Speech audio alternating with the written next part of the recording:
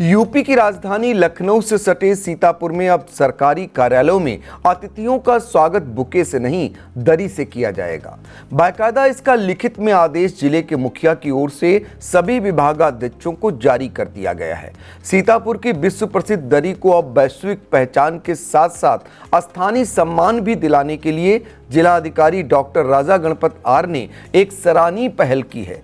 मुगल कालीन विरासत को ओडीओपी में शामिल होने के बावजूद स्थानीय स्तर पर अपेक्षित पहचान न मिल पाने की टीस को समझते हुए डीएम ने 13 दिसंबर 2025 को एक आदेश जारी कर सभी विभागीय अधिकारियों को निर्देशित किया है कि अब जिले के किसी भी सरकारी समारोह, स्वागत कार्यक्रम या अतिथियों के सम्मान में उपहार स्वरूप अनिवार्य रूप से दरी ही भेंट की जाए।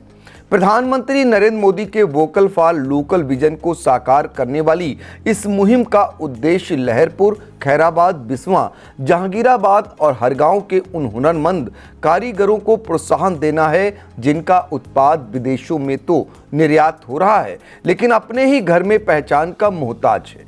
डीएम ने उपायुक्त उद्योग को तत्काल सभी विभागों को दरी उत्पादकों की सूची उपलब्ध कराने के निर्देश दिए हैं ताकि प्रशासन के इस कदम से सदियों पुरानी इस हस्तकला को नया जीवन और बाजार मिल सके। नमस्कार, आप देख रहे हैं आई इंडिया और मैं हूं डॉक्टर पंकज सिंह गौर। बताते चलें कि सीतापुर को धार्मिक आस्था के केंद्र नैमिषारण्य के साथ ही सूफी संतों की पवित्र धरती के रूप में पहचान मिली हुई है। मान्यता है कि सीतापुर को राजा विक्रमादित्य ने माता सीता के नाम पर बसाया था। यहाँ महर्षि वेद व्यास ने पुराणों की रचना की थी। वह सीतापुर आज अपनी पौराणिक विरासत के साथ साथ एक जनपद एक उत्पाद योजना के तहत अपनी विश्व प्रसिद्ध दरी के माध्यम से वैश्विक पटल पर एक नई औद्योगिक पहचान गढ़ रहा है।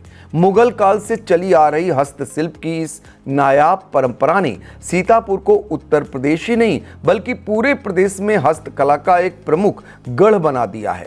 विशेष रूप से लहरपुर और खैराबाद के हुनरमंद कारीगरों द्वारा तैयार की जाने वाली सूती और ऊनी दरियां अपनी बेमिसाल गुणवत्ता, आकर्षण, डिजाइन और दोहरी परत वाली बुनाई के लिए जानी जाती हैं। इसमें बिस्वा कस्बा भी शामिल है जिनकी खासियत यह है कि इनकी ऊपरी परत नरम होती है और इनमें गर्मी सोखने की अद्भुत क्षमता होती है।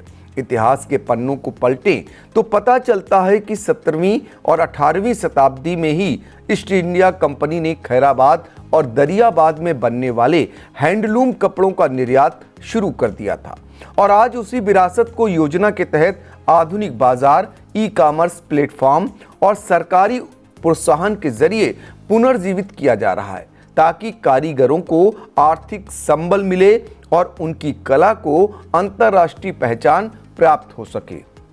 जिले में छोटी बड़ी लगभग 200 इकाइयां दरियों का उत्पादन कर रही हैं, जहां करीब 30,000 बुनकरों और वर्करों को रोजगार मिल रहा है।